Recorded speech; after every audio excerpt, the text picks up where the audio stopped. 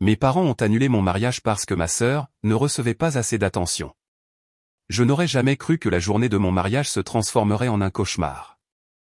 Depuis des mois, j'avais imaginé ce moment parfait, entouré de mes amis et de ma famille dans un petit château en Normandie.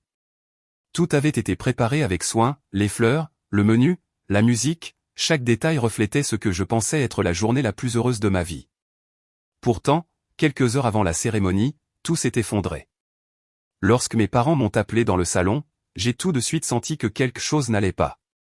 Leur visage était grave, leurs mains tremblaient légèrement. J'ai essayé de rester calme, pensant qu'il s'agissait d'un contretemps ou d'une inquiétude de dernière minute concernant l'organisation. Mais la vérité qui m'a été annoncée m'a laissé sans voix, mon mariage était annulé. La raison ?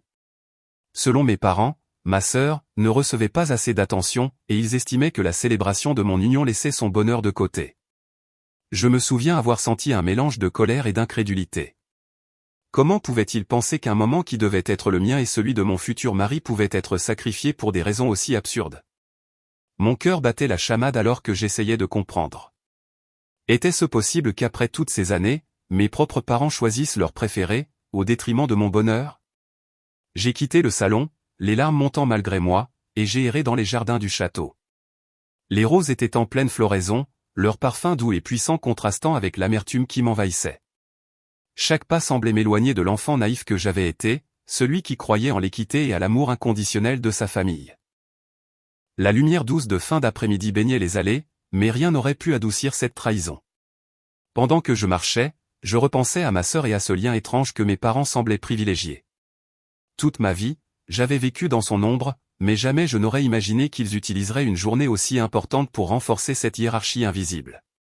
Je me sentais isolé, trahi, et pourtant, une partie de moi cherchait à comprendre, à rationaliser l'inexplicable. La nuit est tombée sur le château, enveloppant les lieux dans une obscurité presque réconfortante. Assise sur un banc, je regardais les lumières des lanternes se refléter dans les fontaines.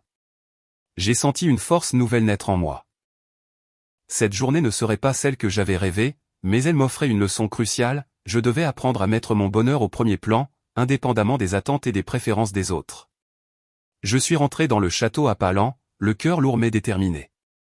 Mes parents avaient annulé mon mariage, pensant protéger ma sœur, mais en réalité, ils avaient révélé une vérité que je devais désormais affronter seul. Cette nuit-là, j'ai compris que parfois, la famille peut décevoir, mais que la vie offre toujours la chance de se reconstruire, même après les blessures les plus inattendues.